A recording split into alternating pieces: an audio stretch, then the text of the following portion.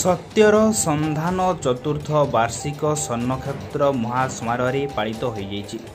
କଟକ ବକ୍ସିବଜାର ଶହୀଦ ଭବନଠାରେ ସତ୍ୟର ସନ୍ଧାନ ସାପ୍ତାହିକ ଖବରକାଗଜର ଚତୁର୍ଥ ବାର୍ଷିକ ମହାସମାରୋହରେ ପାଳିତ ହୋଇଯାଇଛି।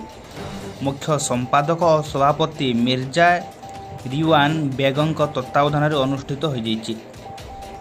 ମୁଖ୍ୟ ଅତିଥି ଭାବେ ପ୍ରଫେସର ଶେଖ କାଲିମୁଲ୍ଲା ଶିକ୍ଷାବିତ ତଥା ବରିଷ୍ଠ ସମାଜସେବୀ, ସମ୍ମାନିତ ଅତିଥି ପ୍ରୀତମ ଦାସ, ଅଭିନେତା ତଥା ରାଜନେତା ଶାହ ହାମସି ପ୍ରତିଷ୍ଠାତା ତଥା managing director ordinate Ajay Kumar Muduli, ବରିଷ୍ଠ ନେତା ଭାରତୀୟ ଜନତା ପାର୍ଟି, କାର୍ଯ୍ୟକାରୀ ସମ୍ପାଦିକା ଇଶରାତ ଜାହାନ ପ୍ରମୁଖ ଯୋଗଦେଇ ସତ୍ୟର ସନ୍ଧାନର ଉନ୍ନତି ଦିଗରେ ସମସ୍ତେ ନିଜର ବକ୍ତବ୍ୟ ପ୍ରଦାନ କରିଥିଲେ। ଏଥିସହ କୁନି କୁନି ସ୍କୁଲ ଛାତ୍ରୀମାନେ ନୃତ୍ୟ ପରିବେଷଣ କରିଥିଲେ। ଅନେକ ସ୍ୱେଚ୍ଛାସେବୀ ସଂଘ ଏବଂ ସତ୍ୟର ସନ୍ଧାନର ସାମ୍ବାଦିକମାନେ, ଅନୁଷ୍ଠାନର କର୍ମକର୍ତ୍ତା, ବୁଦ୍ଧିଜୀବୀ ଏବଂ ମାନ୍ୟଗଣ୍ୟ ବ୍ୟକ୍ତି ପ୍ରମୁଖ ଯୋଗ ଦେଇଥିଲେ। ସମସ୍ତଙ୍କୁ ସମ୍ମାନିତ ଓ ସହ ମାନପତ୍ର ପ୍ରଦାନ କରାଯାଇଥିଲା। ଏହି କାର୍ଯ୍ୟକ୍ରମଟିକୁ ସୁଚାରୁ ରୂପେ ପାଳନ କରାଯାଇଥିଲା। ଖୋର୍ଦ୍ଧାରୁ ସୈୟଦ ଅନସର ଅଲିଙ୍କ ରିପୋର୍ଟ, ସଠିକ ଖବର।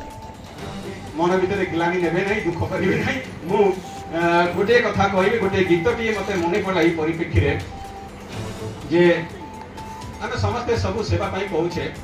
तो मु सेही गोटे गीत मते बहुत कथा मने पड़ुछि, किंतु गोटे कथा कहबी, एई देश एई माटी ता ऊपर मु गोटे पद गीत गाइबी। अपन मोर सहित गाइले बहुत भल कथा, नहले न गाइले मते किछि आपत्ति नाही।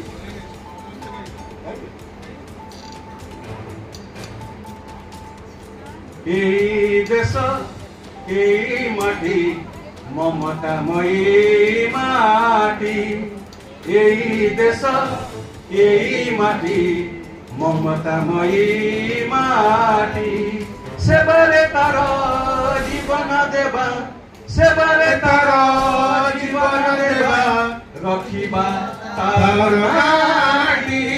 এই দেশ এই মাটি মমতাময়ী মাটি, এই দেশ এই মাটি